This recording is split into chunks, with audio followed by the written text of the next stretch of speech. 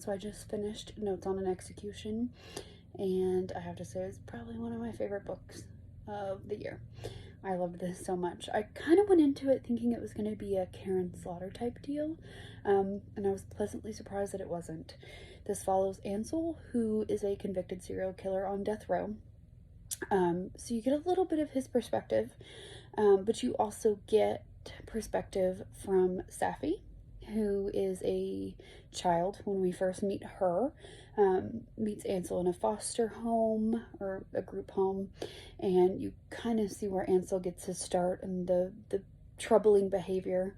You get Ansel's perspective when you first open the book of his childhood, so it kind of gives you that background. You get Lavender's perspective, which is Ansel's mother and her struggle throughout his childhood, and then some things that happen that I won't give away, and then how she deals with the after effects of this. And then Hazel, who is the sister of one of the victims. So you kind of get to see her relationship when her sister is alive and then afterwards. And so Ansel has touched all of these women's lives in one way or another.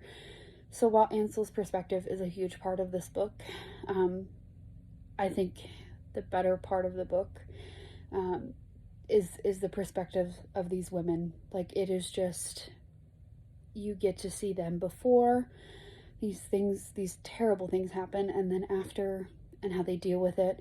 Safi was definitely my favorite. She meets Ansel, like I said, as a child, and then she grows up to be a detective, which is super cool, and she ends up on this case, and she's kind of piecing things together, and you get a couple more characters, which are really interesting, but I found those to be the most interesting, and this is like so heartbreaking, and you get that, and then Ansel kind of brings the question of good or evil, and what makes you a good or evil person. Is that really all we are? Is it the choices we make in life that lead us to be these good or bad people? Is it predetermined?